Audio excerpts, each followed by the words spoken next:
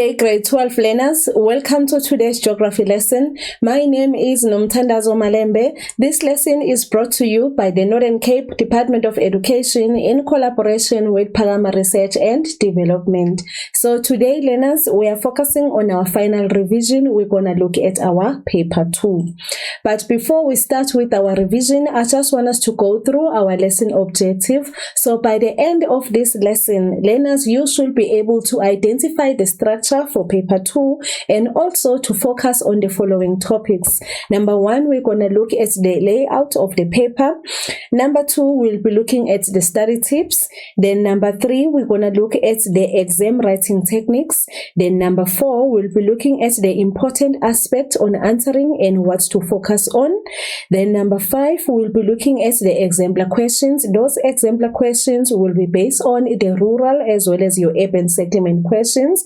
And then also we'll be looking at your economic geography questions. And then lastly, we're going to look at your Mapwork questions. So to start with our structure of the paper, as we are focusing on our paper 2, the mark allocation for your paper 2 is 150 and the duration for your paper is 3 hours. In that 3 hours, you are given a question paper with 2 sections, your section A and your section B. Under your section A, it's where you're going to find your question 1 and question 2. Then under your section B, that's where you're going to find your Mapwork questions. Then to further break down the questions, Section A, question 1, you should expect any questions from rural and your urban settlement. Remember, the examiner can pick any question as long as it is still falling under your rural and your urban settlement. So what happened is your question papers, they come as the figures, or your questions, they come as figures. There's figure 1.1, 1.2, 1.3, 1.4, and 1.5 to make your question 1. So in your figure 1.1 and 1.2, that's where you should expect the short objective questions. Those are your one-word questions. They may come as a multiple choice, they may come as column A and column B, or they may come as whereby you're supposed to choose the correct term from the bracket. Remember, if question a figure 1.1 has 7 questions, it means figure 1.2 will have 8 questions, but altogether there will be 15. Then after that, you have your medium and long questions. You find them in your figure 1.3 up to figure 1.5. Your long questions, remember that way your 3 times 2 or your 4 times 2. Then your medium question, they come as your 2 times 2. Remember, in question 1, that's where you will have your paragraph question, just one paragraph question. Then in question 2, you should expect any question based on your economic geography. So what happened? Again, the format is still the same. They will come as your figure 2.1, 2.2, 2.3, 2.4, and 2.5. So your short objective questions, they are in figure 2.1 and figure 2.2. If 2.1 has 7 questions, it means your 2.2 will have your figure 2. You will have 8 questions. Then after that, you move to your long questions. Your long questions, that's where you will find your paragraph question as well as your 3 times 2 questions. So one paragraph question in question 1 and another paragraph question in question 2. Then you move to your section B. Under your section B in question 3, that's where you should expect questions from your Mapwork. So remember, your Mapwork carries 30 marks. So what happened is your figure 3.1, you should expect questions from the map skills as well as calculation, and they are carrying 10 marks. Then your map interpretation is on figure 3.2 and it is carrying 12 marks. Then lastly, your GIS, it's figure 3.3 and it is carrying 8 marks. Then altogether, you have 30 marks from your Mapwork. Then 60 marks in question 1. 60 marks in question 2 and 30 marks in question 3. That will give you a total of 150. So let us look at our study tips. In our study tips, these are the things that you should practice when you are studying on your own. Number 1, we emphasize on visualizing a process. So visualize the process while you are studying. You study something, then you close your eyes so that you can visualize what you were studying, so that it can get to be stored in your mind, and also you will remember it for the longest time. Then secondly, once you are done with visualizing, make sure that whatever that you have visualized, also be able to put it down as a mind map. So today you were learning about the rural or urban settlement. Then whatever that you have visualized, make sure that you are able to put it in a map, in a mind map format. Then number 3, make sure that you practice 3 question papers. So we are in the year 2025.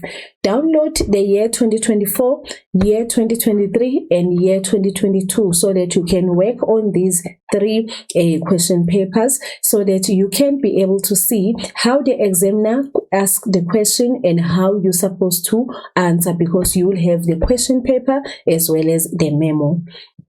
Then number 4, you need to make use of the flashcards of concepts. Remember, the concepts are the key in order for you to be able to answer the question. If you don't understand the concept, it means even the answers that are following that concept will be difficult to answer.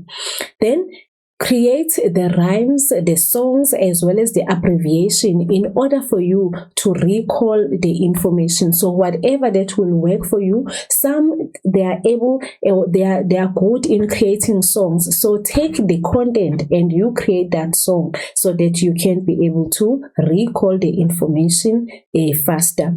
Then you need to watch the YouTube videos as well as the Pagama videos while you are studying. It will also assist. Then the exam tips now. Make sure these are the things, or these are the tips that you can use when you are now in the actual exam and you are already being given a question paper. We emphasize in start by reading the instructions. So when we are reading the instructions, they are on page 2. Then before you answer the questions, make sure that you read the questions twice. As you are reading the question twice, so that you can get a better understanding what is the question all about. And also you can read the question and then you translate into your own language for the further understanding of the question before you answer. Then number 3, we emphasize at underlining the keywords as well as the action words. The keyword might be identify or account or suggest, so that you know how are you going to structure that answer, because the question might say state or identify, then you are giving a full answer, where else we are wasting time because you were supposed to give just one word answer.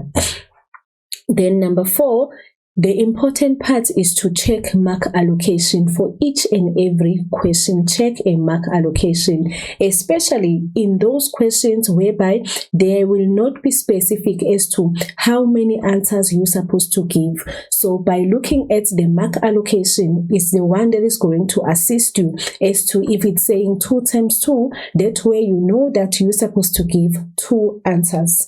Then they also use the study resources. So those resources, we're talking about the diagram, we're talking about the cartoons, we're talking about the infographic, as well as the case study that you are given.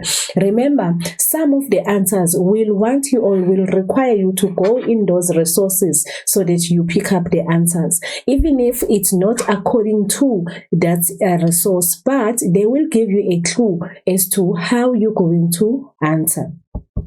Then we're looking at the exam writing techniques. So this is the day of the exam. So what happened is you need to arrive at the exam center early. So make sure that by 8 o'clock you are seated. Then secondly, make sure that all your stationery that you are going to need for that exam, it is there with you. We're talking about the blue pen, your pencil, your eraser, your ruler, your highlighters, your protractor, as well as your calculator, because these are the resources that you are going to need.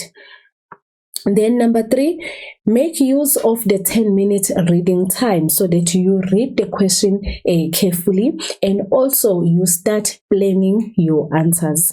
Remember, in that 10 minutes, make sure that you start by reading the instructions on page 2.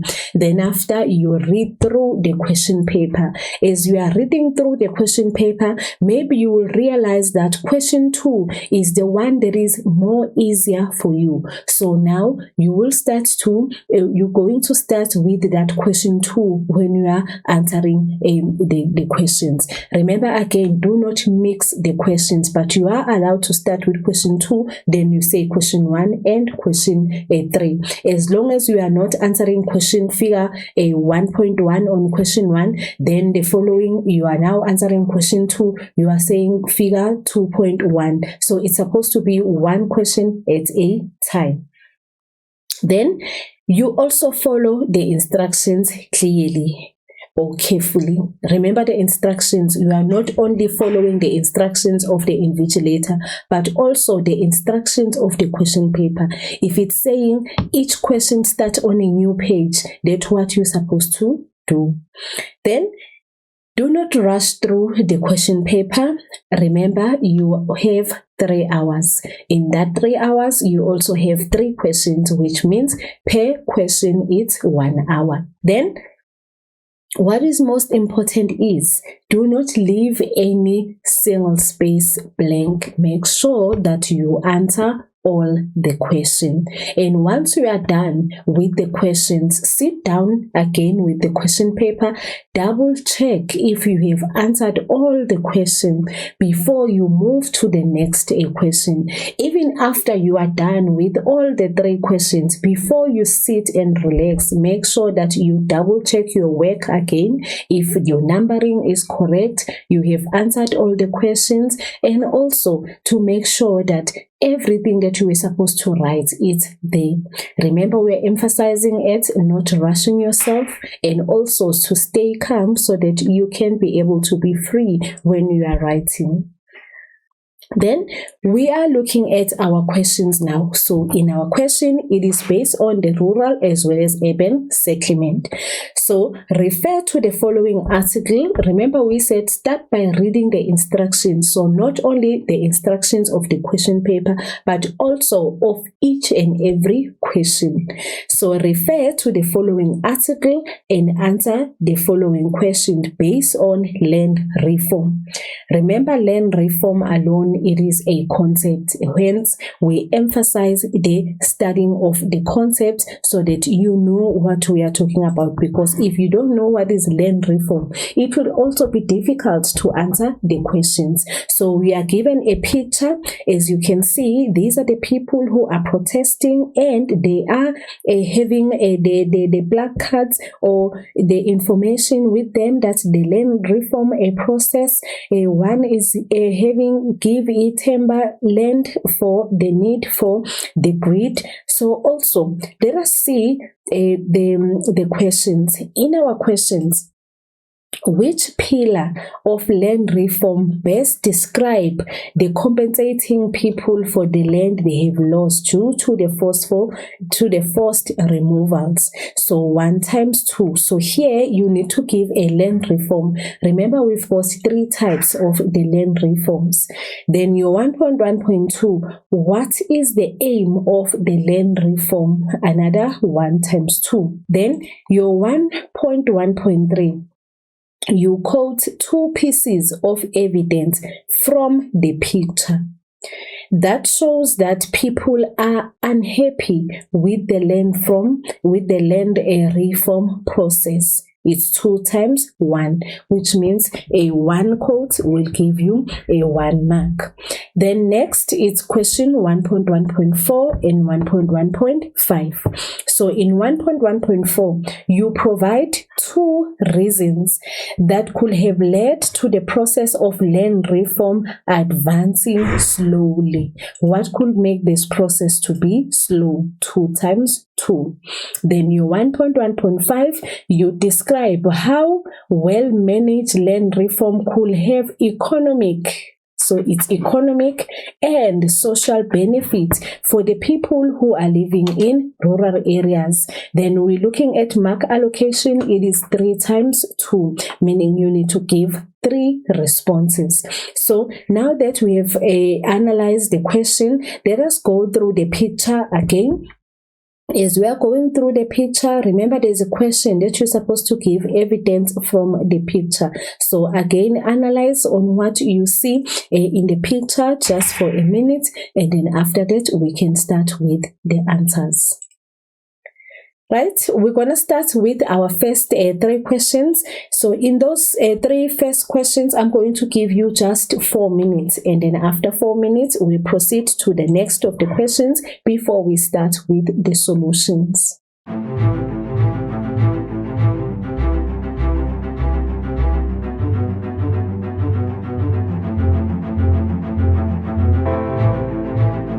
Right, girls and boys, our next question is question 1.1.4 up to 1.1.5. So I'm going to give you 4 minutes again. Then after 4 minutes, we can start with the solutions.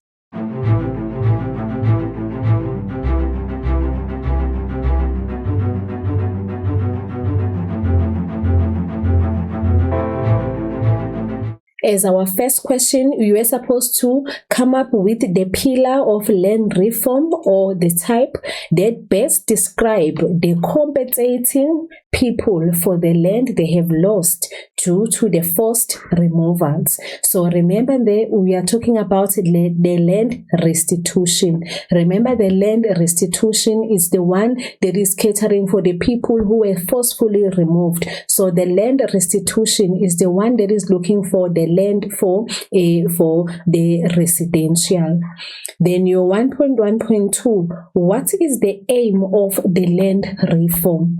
Remember, the aim of the land reform is to readdress the inequalities that exist due to apartheid legislation and for the past years, and also it's just to give back the land to the rightful owners. Then 1.1.3, the 2 pieces of evidence from the picture that shows that people are unhappy. Number 1, the land reform process is too slow. We have seen there in those blocks. Then number 2, they give the land for the feed and not for the greed. Then your 1.1.4, you provide 2 reasons that could have led to the process of land reform advancing slowly. So what happened is there is a willing buyer as well as the willing seller that causes a delays. The willing buyer has the price and there is a willing seller who doesn't match the price that has been put by the willing seller. So there will be those delays. And also it is very costly to buy the land from those who are willing to sell, and also it takes time to resolve the dispute. Remember, sometimes in the very same piece of land, 2 or more people will be claiming that they were forcefully removed there, so there will be some disputes.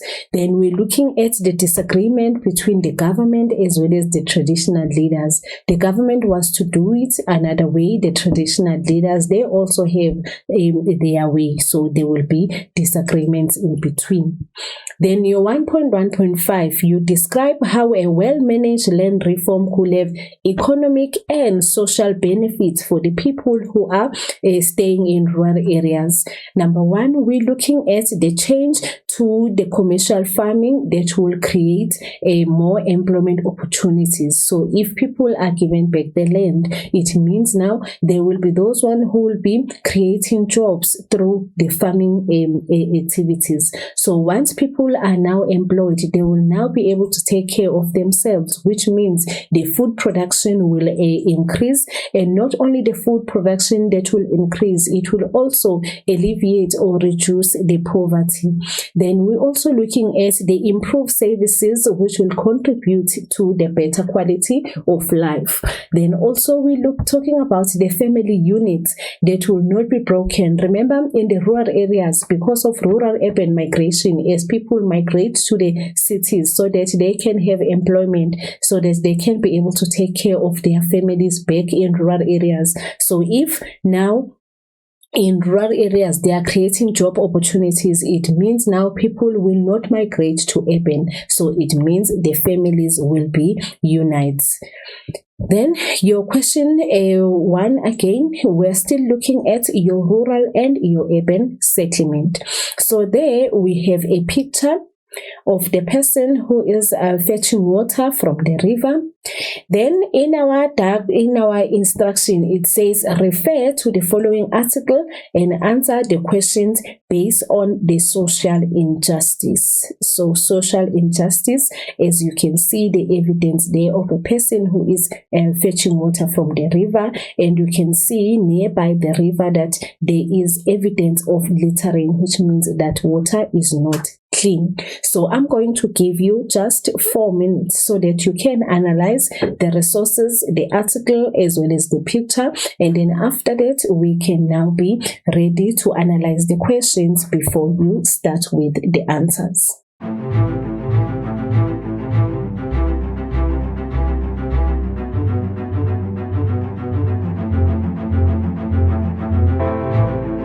Right? Looking at our first question, you have 5 questions there. The first one, you define the concept social injustice. Remember, you have seen the picture. So how are you going to define the social injustice? Then secondly, you identify the type of social issue, injustice issue depicted in the case study.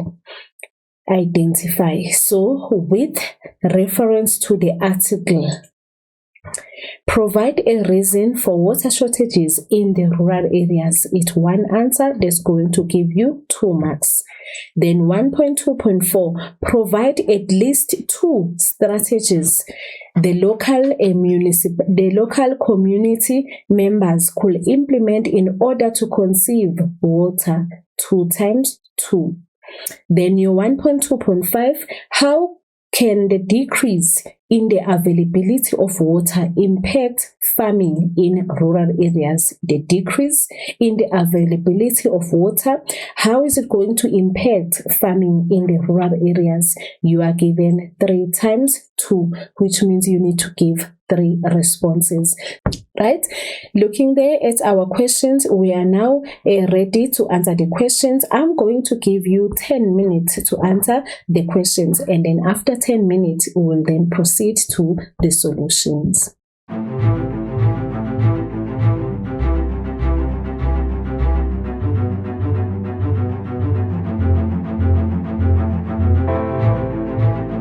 Right, grade 12, our first question is we're supposed to define what is social injustice. So social injustice, we're looking at the unequal as well as the unfair treatment of people leading to the basic rights not being met. As we've seen that young girl in the picture, he's going to fetch water from the rivers.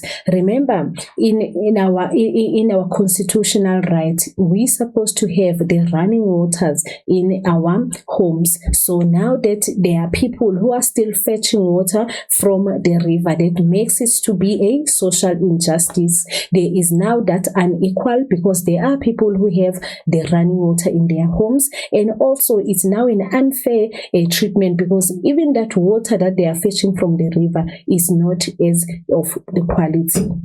Then your 1.2.2, you identify the type of social injustice issue depicted in the case study. There is lack of water or access to water. Then 1.2.3, with reference to the article, provide a reason for the shortage in the rural areas. So it could be it's because of droughts. Remember, drought, it's whereby there is a long period without rainfall or there is a little rainfall. Then your 1.2.4, you provide at least 2 strategies the local community members could implement in order to conserve water.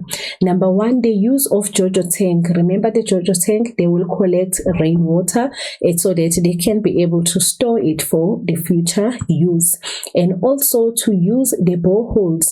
Remember the boreholes, they will now be able to extract water from the groundwater so that they can have water running as always. And also they can recycle water, especially in the household, where the water they can use when they're washing dishes, they can use the very same water to water their gardens. So it's a recycling of water. Then also the farmers should use the drip farming. Remember the drip farming, it's where they're going to save water. They are just injecting water straight to the roots so that they don't water the full plant. Then your 1.2.5, how can the decrease in the availability of water impact the farming in the rural areas? Number 1, it's going to decrease the crop production because there is less water, which means there will be a planting less. Then the less irrigation because there is a lack of water, which means they will not irrigate enough. Then number 3, there will be more water expenses. So even if they're supposed to buy more water, so it means there will be more expense for them because there is a lack of water. Then also there will be a loss of jobs on the farms because of the limited water that is available. We're also looking at the decrease in the agricultural profits. Remember, because there will be a decrease in the production. Then we now move to the question 2. Under our question 2, remember you will find any question based on economic geography. So we are given, refer to the sketch below showing the sphere of influence. Remember, the sphere of influence is a concept again. We are given a key. There is a town A, there is a city at B. So the zone of competition, then we are given the A, then we are given the B, which is the sphere of influence. So let's see what questions do we have. The first question, you define the concept sphere of influence. Then secondly, which one between A and B offers a specialized town? Remember, if the question is asking which one between A and B, you need to choose which one offers a specialized function. Then your 3.1.2, you provide 2 reasons why B is considered a high order center, 2 times 2. Then 2.1.4, you describe one characteristic of a low order center. Then you describe. Then 2.1.5, you differentiate between the range and the threshold population. 2 times 1, which means it's 1 mark for the range and 1 mark for the threshold population. Then your 3.1.6, you explain why the range of low order and high order goods or services is not the same. Looking at the mark allocation, it is saying 3 times 2. So you're supposed to explain and you're supposed to give 2 responses. So now that we have analyzed the questions, I'm going to give you 10 minutes to write these questions. And then after 10 minutes, we will then be able to proceed to the corrections.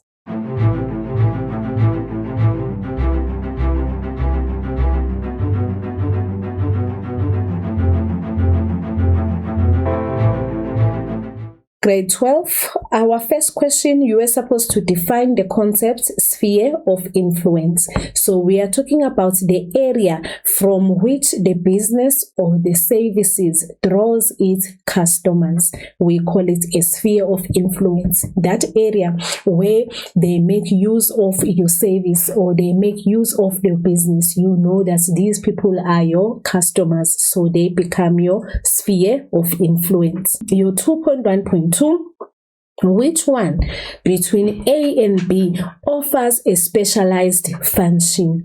It is B, because why B? It is a city.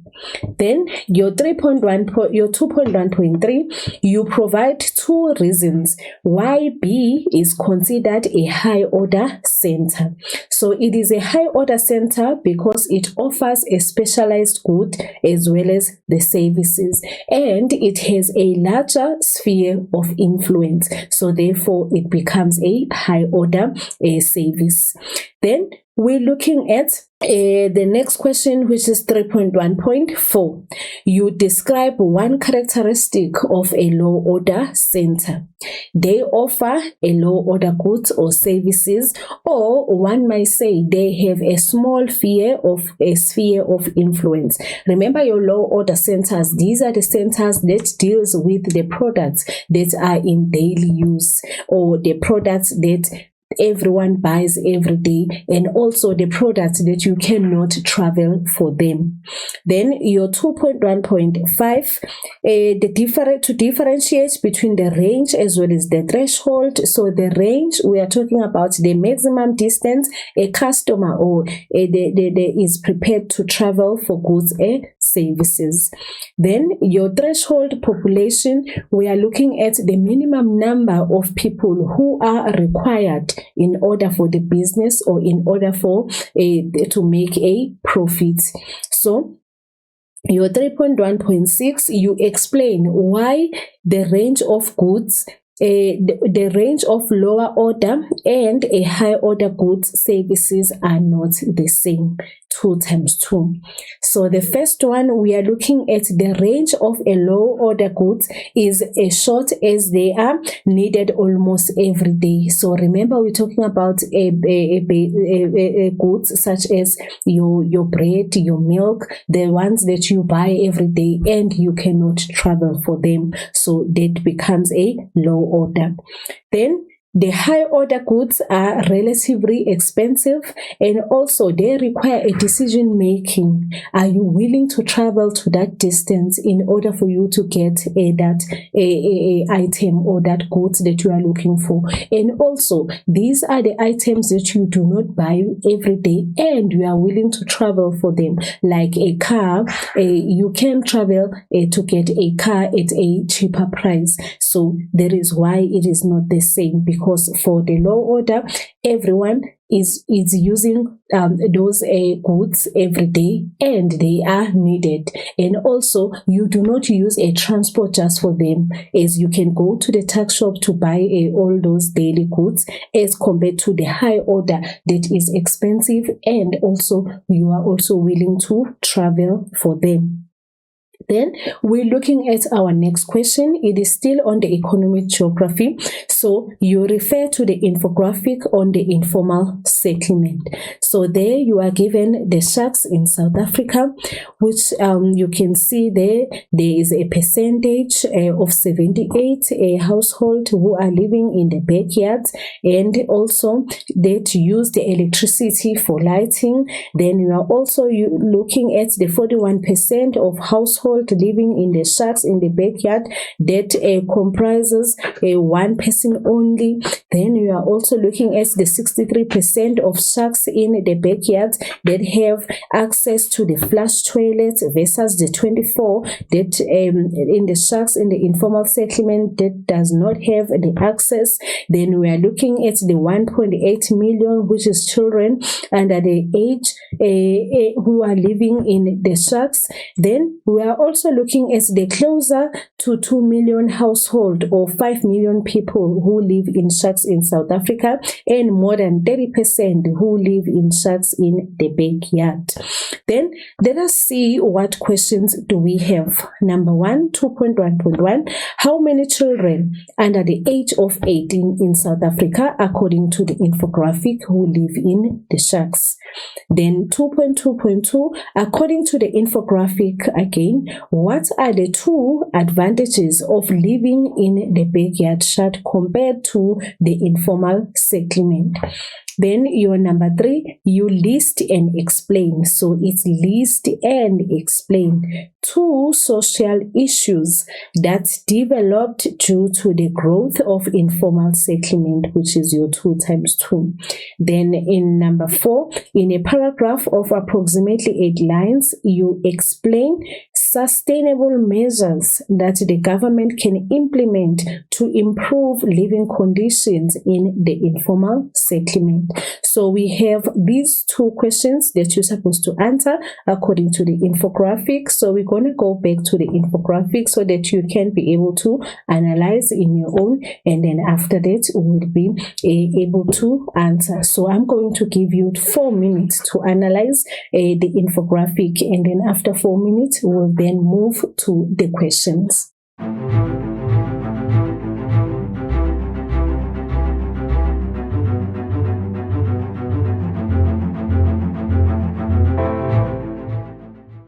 Right?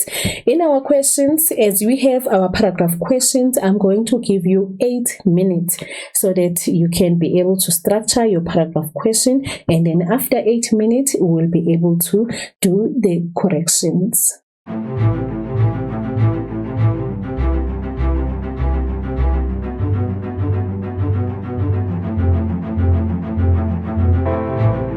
Our first question, learners, you are supposed to answer as to how many children under the age of 18 they live in South Africa, that live in the shacks. It is 1.8 million. That is from the infographic.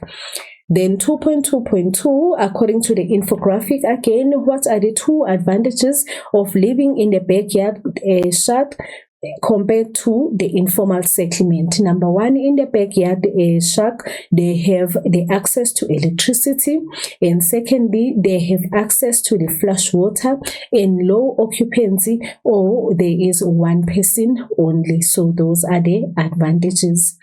Then number 3, you list and explain the 2 social issues that develops due to the growth of informal settlement. Number 1, the limited access to the basic services due to the greater demand. Then secondly, we have looked into the increased health problems due to the high levels of pollution or to the overcrowding. Then also we are looking at the social ills like your crime due to the lack of income. Then we're also looking at the increase in crime due to the increase of the unemployment. Then in our paragraph question, you are supposed to come up with the sustainable measures that government can implement in order to provide or in order to improve living conditions in the informal settlement. Number 1, better infrastructure. If those people, they can have a better infrastructure, their lives will be improving. And also access to the emergency services. So for them to have a better infrastructure like the roads as well as the running water, they will also be able to have access to the emergency services. Then we are looking at to provide them with the legal ownership of land so that they can be able to build on it. Then also not only giving them the land, but also to be provided with a stronger building material so that they can be able to construct their houses. Remember, we are looking at how we are going to improve their living conditions. Or also they can be provided with a low-cost housing, the one that we call the RDP houses. Then we are looking at our question 3. So in our question 3, the questions are based on the map of Kroonstad.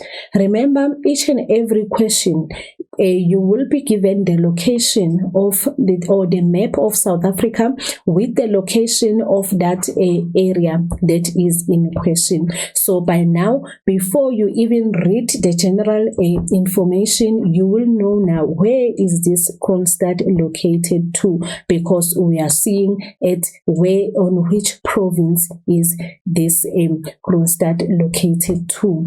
Then after that, I'm going to give you just 3 minutes so that you can read through the general information, so that you can familiarize yourself with what kind of an area is this Kronstadt. So I'm going to give you just 3 minutes, and then after 3 minutes, we'll then begin with the questions.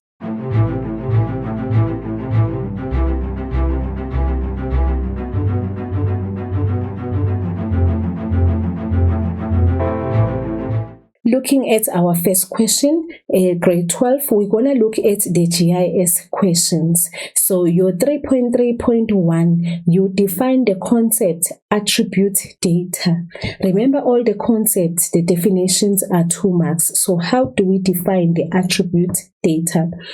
Then you refer to the orthophoto map, your 3.3.2. Name one way in which the attribute data, so it is important to understand what is this concept, which is the attribute data is represented on the orthophoto. 1 times 2. So I'm going to give you just 3 minutes, and then after 3 minutes, we will proceed to the solutions.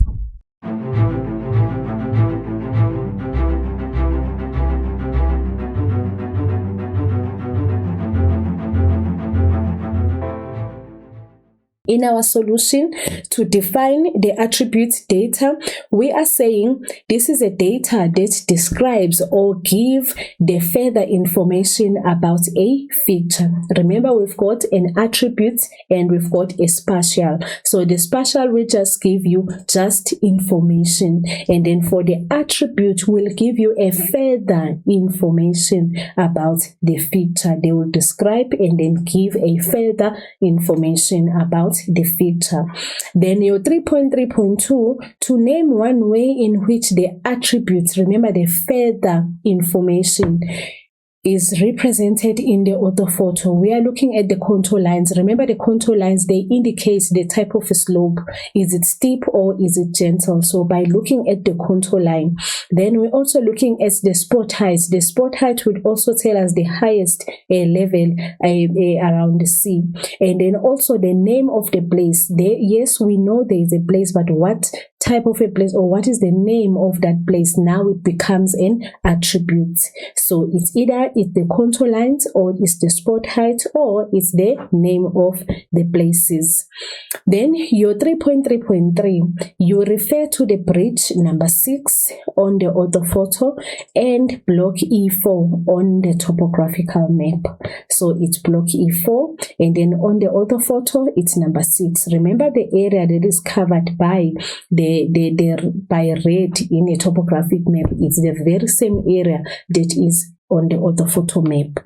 Then 3.3.3, you provide one attribute of the bridge evident on the topographical map, and then as you are referring to the block E4. So what one attribute of the bridge? So now that you understand what is attribute, so what is that one attribute of a bridge that is evident on the topographic map? Just 2 minutes, and then after 2 minutes we will be able to do the solution.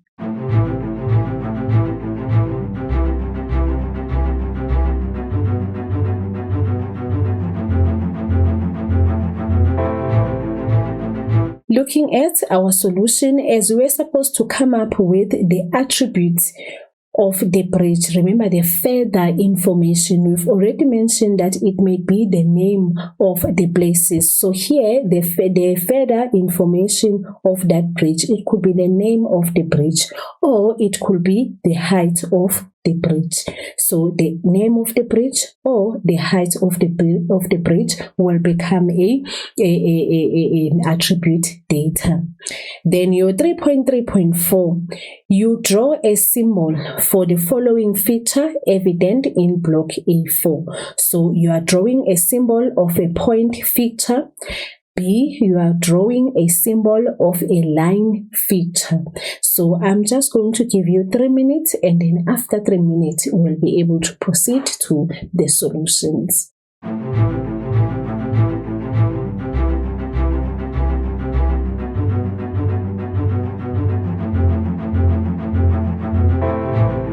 Right? Girls and boys, looking there at our 3.3.4, as you are supposed to give the drawings. Remember, the answer is supposed to come as a drawing. So you indicate at A, we're looking for the point feature. So the wind pump is a point feature, the ruin is a point feature, the buildings is a point feature, the water source is a point feature, as well as the benchmark is the point feature. So any of these is 6. Then at B, you were looking for the line feature. So the contour line is a line feature. The other road is the line feature. Your farm boundary is the line feature. Your row of trees is also a line feature. Then lastly, the trek and hiking trail. So it's any of the 6 again. So just 1 and 1. Then, as we summarize on what we have learned so far, we have looked into the exemplar questions based on the rural and urban settlement. Secondly, it was based on the economic geography. And then lastly, it was based on the Mapwork. So to give you the preview of our next lesson, we will still be focusing on our final revision, a preparation. We will be looking at our paper 1. So we have come to an end of our lesson for today. Hopefully you have enjoyed the lesson, but most of all, I hope we have learned. Thank you and stay tuned for the next lesson.